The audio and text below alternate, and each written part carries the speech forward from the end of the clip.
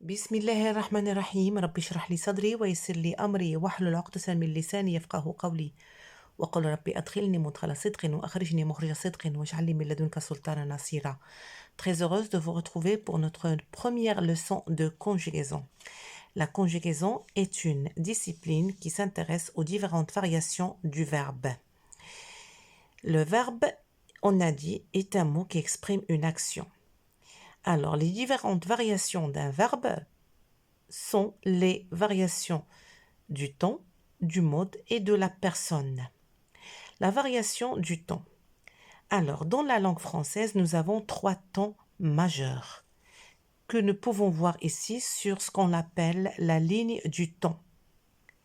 Alors, cette ligne qui est en noir, c'est une ligne de temps.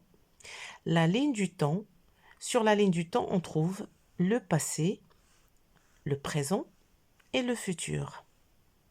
Alors, une action qui s'est déroulée dans le passé est une action qui est finie.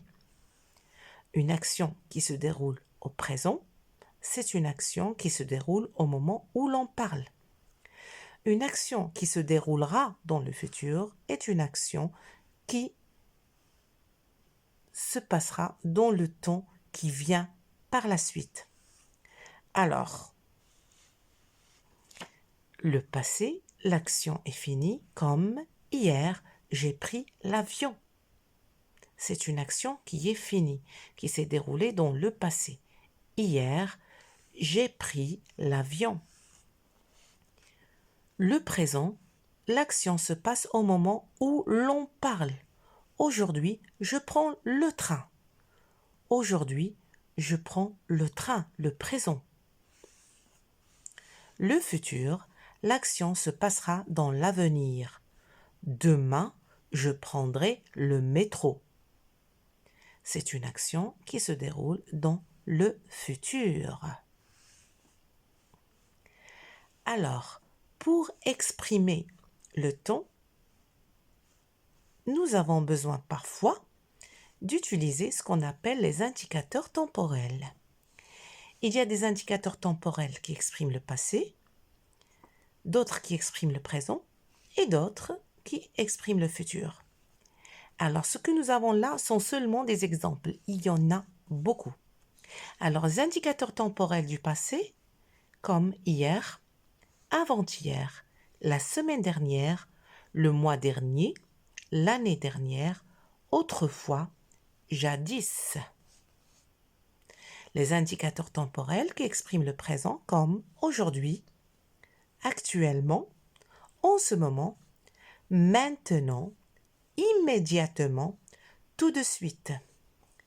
Les indicateurs temporels qui expriment le futur comme demain, après-demain, le mois prochain, dans 3 jours, ou dans 4 semaines, ou dans 3 mois, ou dans quelques années. Plus tard, bientôt. Alors, comme je viens de le dire, ces indicateurs temporels sont seulement des exemples, il y en a d'autres. Alors, ce qu'il faut retenir dans cette leçon de conjugaison, c'est que dans la langue française, il y a 3 temps majeurs qui sont le passé, le présent, le futur. Le passé, c'est une action qui est finie. Le présent est une action qui se passe au moment où l'on parle. Et le futur est une action qui se passera dans l'avenir. Bien sûr, le verbe subit des changements avec le changement du temps.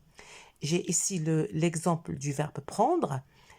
Dans le passé, je dis hier, j'ai pris l'avion. Dans le présent, je dis aujourd'hui, je prends l'avion. Dans le futur, je dis demain, je prendrai le métro. J'ai pris hier, j'ai pris l'avion. Aujourd'hui, je prends le train. Demain, je prendrai le métro. Alors, le temps change selon le temps.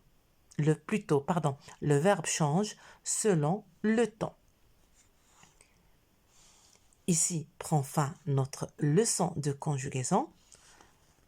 Je vous donne rendez-vous la prochaine séance.